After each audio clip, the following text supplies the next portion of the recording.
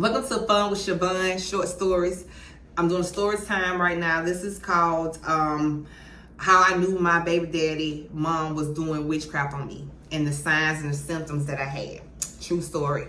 All right. Now, this is my baby daddy, my second baby daddy. And, I met him at a barbershop a long time ago. And, I ended up getting pregnant by him 3 weeks after, meeting him, moved him into my place, whatever. I know it was a dumb move, but I did it. I'm glad my kids are here. So he ended up, after 3 weeks of living with me, I ended up getting pregnant.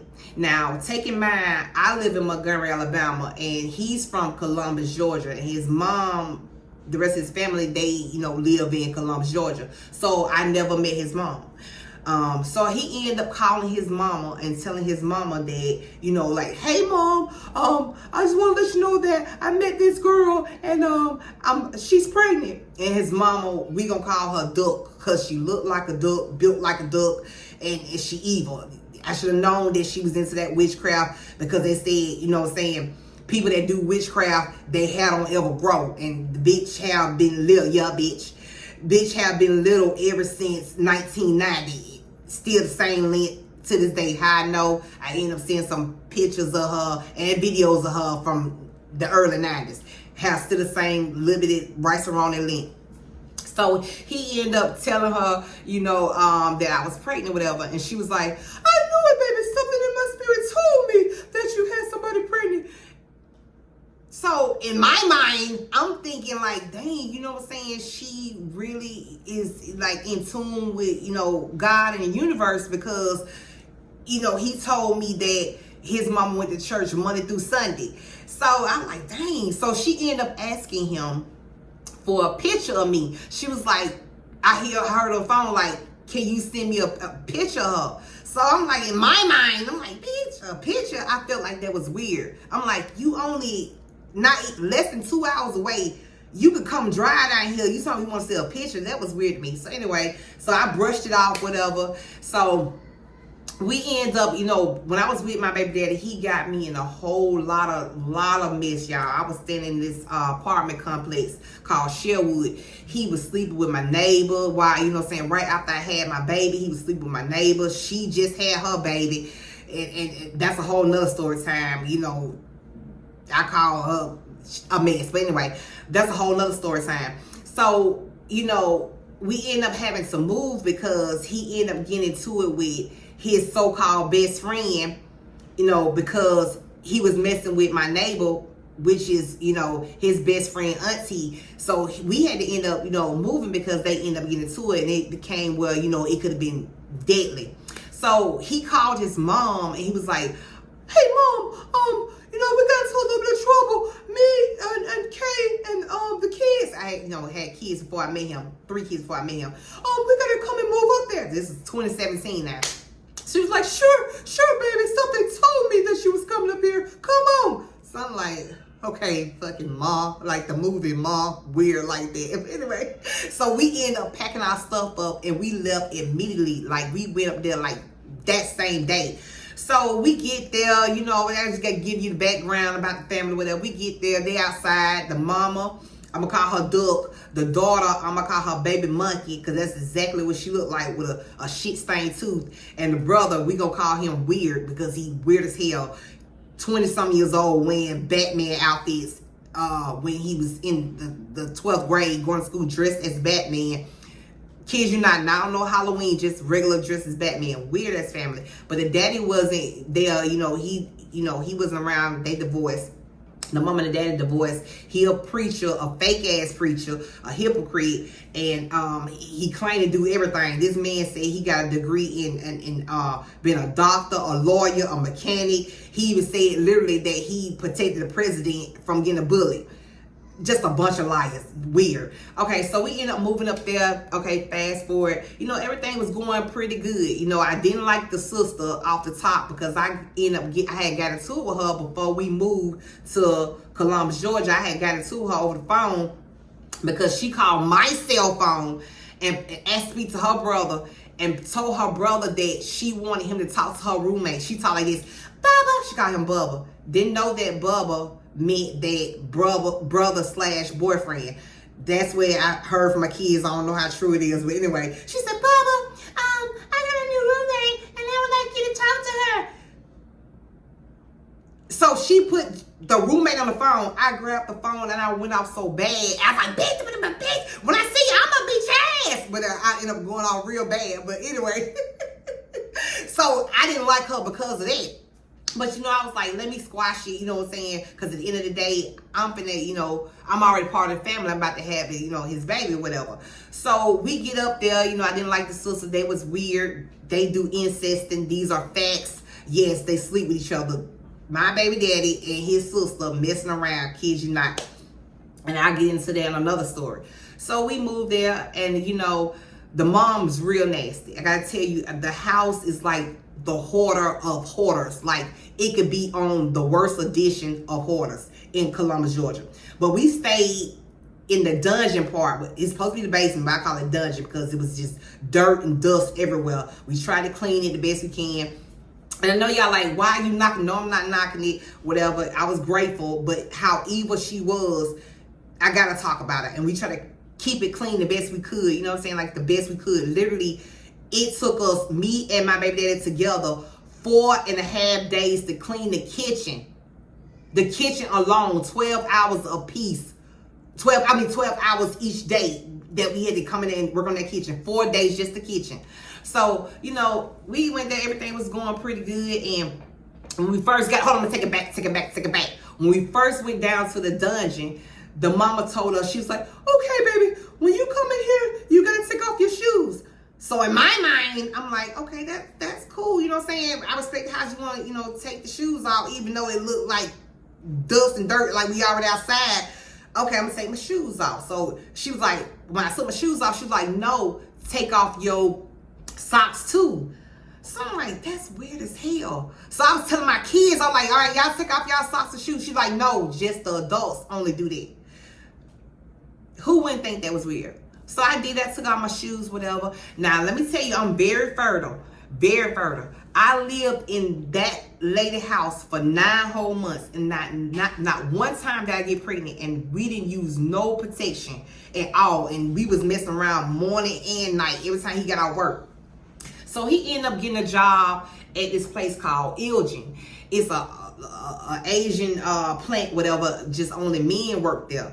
And look, I ain't like this therapy and it's helping me. So he ended up getting a job there, and he was working there for it was like 12-hour shifts. He would work 6 in the morning to 6 at night, and then they would rotate, I think, like every 3 months, whatever, and it'd be 6 at night to 6 in the morning. Now, when he was working 6 in the morning to 6 at night, his mama was always home. When she got out of school, whatever, she was always home. My kids was going to the school called London Jackson Academy in Columbus, Georgia.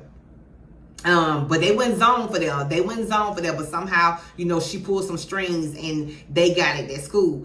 So, the whole time he was there, like she was, at home when he got out of work. Still daytime, she was at home, didn't leave at night and none of that. But as soon, and also, y'all, every time he got home, we argued. The relationship got worse. It's like everything got bad. It was just going real bad. So I started gaining a lot of weight, had got real dark, I just looked real bad. I was depressed. And then when he switched over to going from, 6 in the morning, 6 at night, he went from 6 at night to 6 in the morning. Now, when he did that shift, his mama would stay gone all the time, like the whole night. Now, take in mind, everybody in that neighborhood had a key to the dungeon, to the part we stayed in. Everybody in the neighborhood had a key to that part. Now, only 2 people in that neighborhood had a key to the upstairs apartment. And, every night I was getting scared. I was talking, I was praying to God, just talking to God, just talking like, God, if I'm wrong, please show me a sign that I'm wrong about this lady, God. Please fix it, and let this fear go away. But each time it got worse. So, I end up taking my kids, my mom was gone. It wasn't me. I ended up taking my kids. We would go sleep in the car outside of the hospital, to get some rest, or I'll take some of my money and we'll go get room, like a room some nights. And you know, it was getting to the point where I was losing a lot of money, and I end up calling Duck. His mama called her Duck. I end up calling Duck, and because she built like a duck and she looked like one. Just picture she jet black with a little bit of hair and pot belly. But anyway, I ended up calling her like one night, and it was probably like 3 in the morning, and I was like, "Hey, Duck, you know, where you at? Me and the kids, we scared." "Oh, I'm in Zumba, baby. Just doing a little Zumba." Bitch, at 3 o'clock in the morning, who doing Zumba at 3 o'clock in the morning? And how you doing Zumba every damn night that late, and you still built like a fucking duck? Stop lying. So anyway, so my feelings, it was just getting stronger. So I end up, you know, like, I was like, I gotta leave here. So one day, you know, everything, you know, every time we try to make it better, it just got worse. So here come where the daddy come in play with the lie. Okay, so the mom and the daddy, they divorced, right? They end up coming together to make a lie, to plot up a whole big lie towards me, saying that I was getting in the police car, ride with the chief of the police, getting in his car every day, ride with him, telling him that my baby daddy sold drugs. So how I found this out, one day, you know, the mama, like, he was gone. He just left. He went to work one night and was gone for like 2 weeks. And I ended up seeing the mama, you know, outside. And I was like, "Hey, Duck. Hey, Miss Duck, where your son at?" And she was listening to the song, "Because I'm having clap along." She was saying, "Clap along if you feel like a room without a roof." Thank you, God. So I said, "Where your son is?" "I don't know, but I'm happy. I don't know where he is." So in my mind, I'm like, something ain't right. So I packed my stuff up, you know, got me and my kids. We went to the hotel room. So I ended up calling him later on that night from the hotel room phone. He answered, because he wouldn't answer none of my phone calls. It was just going straight to voicemail. So he answered, and I asked him, you know, "What's going on? What happened? Why you ain't been home in 2 weeks?" Like, and it's so crazy because my mind was so gone that I didn't even really focus on the length of time that he was gone. Like, you know, could he have been with a woman? That's how gone my mind was. All right. So he started telling me, like, "Yeah, you know, bitch, my dad told me that, you know, you was getting in the car with the chief of the police department and you was going to tell him I sold drugs." I said, "Snitch." That's why I call him a snitch, because that's what he is. He really is a snitch. That's a whole nother story. I was like, "Snitch, how could I get in the car with the chief of the police department and tell him anything when you don't even sell drugs? Make it make sense." I said, "Better yet, call your daddy on 3-way and I'm going to prove to you that he lying." So he ended up calling his daddy. Hey, daddy, hello, hi. So I was like, "Yeah, Mr. Fake ass pastor. You told your son that I was getting in the car with the chief of the police department and telling him that he sold drugs." He was like, "Well, yeah, the chief of the police department told me that, you know, you was getting in the car and saying all that." I said, "That's a lie." He said, "Okay, so you mean to tell me that the chief of the police department is lying?" I said, "No, I'm telling you, you a lie." He said, "No, I don't argue, nor do I debate," and hung up the phone. Here go my baby daddy, snitch. "Well, you know what, Keshawan? I'm coming home. I believe you, because anytime my dad lies and he wants to hang up the phone and, you know, not defend himself, I know you're telling the truth. I'm on my way home. I miss my family." Like a dummy, I took him back. In my mind, it went in my mind. So I ended up taking him back, boom, fast forward, like a dummy, took him back. And, you know, everything went good for like about 3 days. But hold on, I had to check the mama. So before he came back to the house, his mama's house, you know, I ended up going back, moving my stuff back down to the dungeon. I saw the mama, I ran into her again. So I told her, I said, "Yeah, Doug," I said, "I want to let you know that I see straight through you. I'm in your house and I'm telling you I see straight through you. I see that you're a liar. You and your ex-husband came up with the lie and told your son that I was getting in the police car going and saying he sold drugs." I said, "You gonna do that lie to me and I got kids, you know, and a kid by him?" She gonna fake cry. That's what I was told. You know, I was so sorry. This how evil this heifer is. I see why she go to church Monday through Sunday. She be trying to break down and bust down God's door from all her damn sins. And God ain't sleep. You reap what you sow. Y'all gonna get it back tenfold. Everything y'all did to me and my kids. All right, so I ain't gotta touch you. So she ended up, after all that, she ended up, that later on that day, I had ended up hugging her and saying it's okay with her, I forgive her. This bitch gonna have the nerve to say, can you go down to the police department with me and ask for a year worth of a report saying that if the police been called on our street? This bitch wanted a report showing on her street that if anybody made a 911 call for the police. You can't tell me they ain't evil. So I did it. Bam, we went down there together. They told her that they'll email to her email. All right, so about a week went by. I'm like, did you get the email? Yeah, I got it. Ain't no sorry, no nothing. This motherfucker hated me. All right, so a shirt of mine, a blue jean shirt I had, ended up getting missing. I couldn't find that blue jean shirt for nothing. Right after that, you know, I ended up feeling a little funny, but we ended up getting into it again. We ended up fighting. This time we ended up fighting. I had got a job at Walmart. I can't remember what street it was on, but I think it's Airport Boulevard. But I ended up getting a job, whatever. And he beat me up the night, that same night that I was supposed to go to work. He ended up dragging me on the ground, and his sister told him, stop, don't hit her. She was like, stop, Bubba, don't hit her no more, because I think her son is recording. That family was evil and wicked. That's the only reason why she told him to stop beating me, because she thought my son was recording it, which my son wasn't. Like, they just a sick family. I'm talking about the Hills Have Eyes type family. They all look a hot mess. But anyway, the brother is the best looking one, to be honest. All right, so I end up, you know what I'm saying, going to work that night, looking so bad, crying, eyes swole, just looked bad. Life was just, it was just going bad for me. But anyway, so I ended up getting out of work. The mama was watching my kids overnight, you know, while I was at work, but I had to pay her every paycheck. So I'm giving her money every paycheck, you know, and then I had came into a little lawsuit money I had saved up, and I was giving her some of that every month. Every 2 weeks I was giving her my Walmart money. Every month I was giving her a little bit of my lawsuit money, and also I was putting all my food stamps in her house. So when I went upstairs that day to get my son was like lethargic, like wasn't even really responding. So I asked her, I said, what's wrong with my son? So I'm shaking my baby that I have by him, like, wake up, whatever. And he was like limp, but when he got up, he started shaking and he was crying real bad. So I grabbed my baby and I was holding my baby, and I looked on the bitch nightstand. On her nightstand was a bottle of NyQuil. Kid you not, God, no, I ain't lying. I said, did you give my son some NyQuil? No, why would I do that? I said, I'm going to take him to the emergency room. She going to get up and walk to her chair and sit in her rocking chair, facing the wall. I'm on her right side. She facing the wall like this, rocking her chair like this, saying numbers. Instantly, I was like, I'm going to go downstairs with my baby. Kid you not.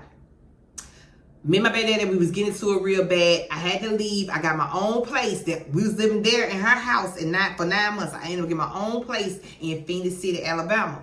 I ended up getting my own place. I think it was called Riverview. It's the projects. I ended up moving there. Time I moved there, y'all, within like, me and him had broke up. He had, you know, left me for some girl, you know, that beat me up in Columbus, Georgia. But I ended up getting my own place in Phoenix City.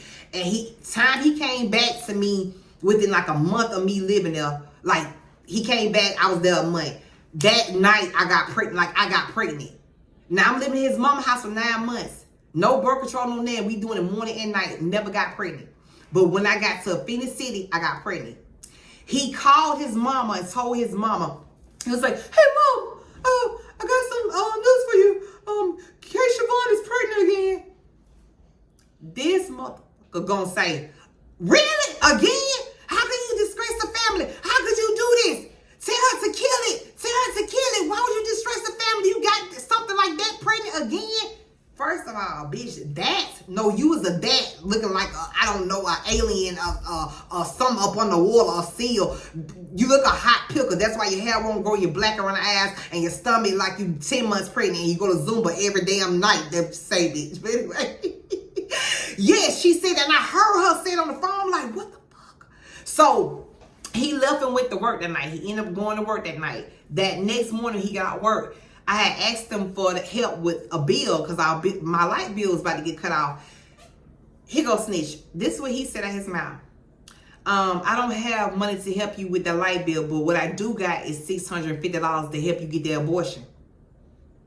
So in my mind, I was going to do it. So I called my pastor, here in Montgomery, and I called my sister. My pastor said, okay, if you do that, you lay down at the table, you might be the one not waking up.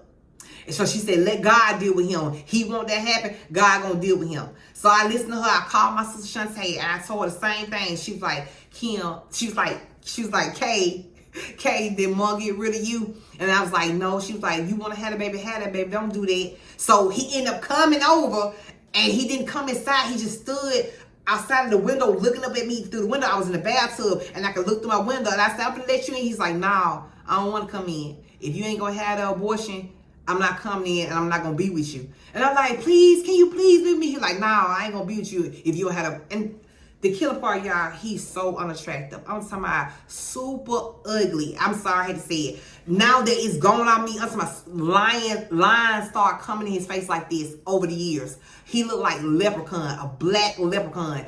Big lips, gray thin teeth, real ugly. And he kept getting like soles and stuff in his face. He just looked a mess. He had a body back then though, but now he's built like a hot pickle. If you know the movie Witch Dragon, when the little short man, so I wish for longer legs, and at the end it showed his little short torso and he got longer legs. That's how he built right now, but his legs are fat, scrunched down like he had surgery and extended his knees. He look a pickle. Oh my God. But anyway, thank you, God, I'm not with him. So I end up, I was like, no, I'm going to have my baby. I want to have my baby. He said, if you don't have an abortion, y'all going to suffer. And I believed it, but I still stuck through it, and I kept my baby. But anyway, fast forward, I ended up moving to back to Montgomery, Alabama. I ended up moving to this place called Malone Court. It's in Prattville, right outside of Montgomery.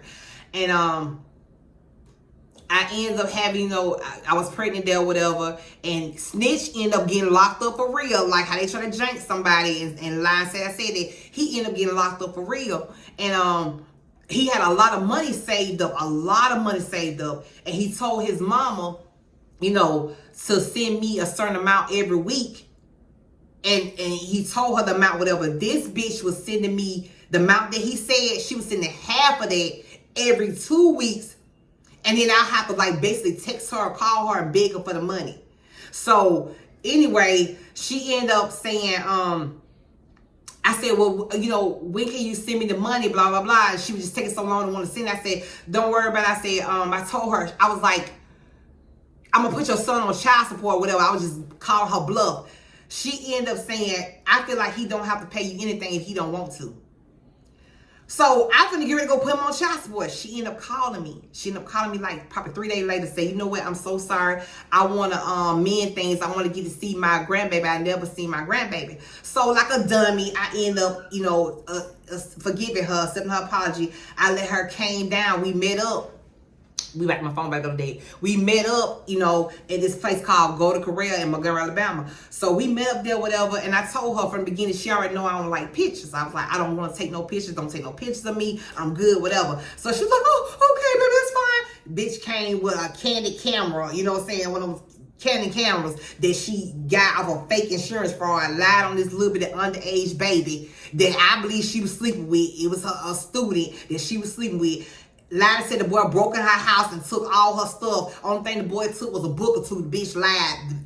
The police believed him because the house was dirty, very filthy, trash everywhere, poop on the floor. They're like, oh my God, he really took the place. The boy ain't took nothing but a damn book or two. She lied on the little boy. She even admitted to me that she lied on the boy. She said, I told the police, I said, he took my grandmother's antique pearls. I'm like, you just don't know, man. God he hit you, he gonna hit you. And everything that you love, he gonna get y'all. But anyway, evil bitch, I believe the boy, you know what I'm saying? He ain't want no more. He got tired of hitting her. It went good to him. He's trying to get a better grade, or he probably made the grade, and now the boy doing time. Free that little boy, whatever. So, anyway, so, she ended up, we didn't go to Korea. Listen, back to the story. We didn't go to Korea, and my baby, you know, that she had my baby, you know, I had my babies with me, whatever. And she was like, let me take a picture of the kids. So I said, okay. So I gave her my baby, you know, and I fixed my other kids' clothes. This bitch gonna sit my baby, my 8-month-old baby, on top of the table and go to Korea and hurry up and like act like she's so distracted on wanting to take a picture, to where she put my baby on the table. I had to run. By the time I ran, y'all, to go get my baby fell on her head. My baby cried so bad the whole restaurant had stopped. I'm up there like consoling my baby, rocking my baby. He go to mama, aka Duck. This bitch gonna come behind me and say cheese. Took a picture while I'm holding my baby crying. All right. Right after that, like 2-3 weeks, no lie, I started getting sick. My first symptom was I went to bed one night. One night I went to bed, I woke up. Everything was spinning like this, like severely spinning. Thank God my mama and my oldest son was there. And I had holler, I was like, Mom. And she's like, what? And I told her I couldn't, you know what I'm saying? Everything spinning. So they picked me up by like each arm and they had to walk me to the car. The next day, she took me to my sister's house. I ended up staying at my sister's house for 2 weeks. I thank God for my sister for letting me do that. But she low down and, oh my God, she's evil too. That's a whole nother story time. But I still love them. But she took me and my kids in though. And the next day, my hearing went out in my ear. It felt like a ton of water was in my ear. And like it was muzzled, I couldn't hear. So the next day after that, the other ear went out. And then like later on that night, I started feeling like a drainage coming down on the side of my neck, on the inside of my neck. My circulation, like my throat, like I couldn't breathe, like I was in water. And when I laid down, y'all, it felt like I was spinning on top of water, laying like this on top of water. So I'm like, I went to the emergency room a total of probably 8 times within less than 2 months. And each time I went, they did blood tests, HIV tests, everything came back negative, CAT scans, MRIs, everything came back perfectly fine, like nothing wrong with me, heart, monitor, everything was fine. It was like the last time I came, and this is what had got me spooked. The doctor said, we're going to have to send you to a psychiatric. I knew then that I already felt like something was wrong. It felt like a midget sitting in the Indian style on top of my head. It felt like somebody took a belt and tied it around real tight. Like that's how my nerves was bad. I was shaking like this. It felt like my soul was leaving my body. Like I could feel like something coming out, my soul coming out and going to the left, and my body fall like, oh, like kids you not, like all this was happening with me. Like it was crazy. So what happened was I end up, you know, I'm coming. I'm finna go. So I end up coming. I'm sorry, y'all. I end up, you know, I got hurt and finished up. I ended up going and, you know, I was just praying to God, praying nonstop. I ended up going to a store one day, and I ran into this random lady, and the lady was like, baby, your light over you is dim. There's a lady in her 50s that did something to you with short hair, and she said she did something to you because she don't want you with somebody. So she gave me a card. She said we can talk about it, but I never called a lady. So fast forward, I ended up talking to this real true psychic that don't want no money. Real, she told me, I've been on her, but she told me what I had on one day when I called her. She said, you got a gray short with some blue jean shorts and you looking at your living room window. True story, I was. She said, you wonder why you never got pregnant the 9 months that you was living in that house with that lady. She said, that's because she put something down on the floor.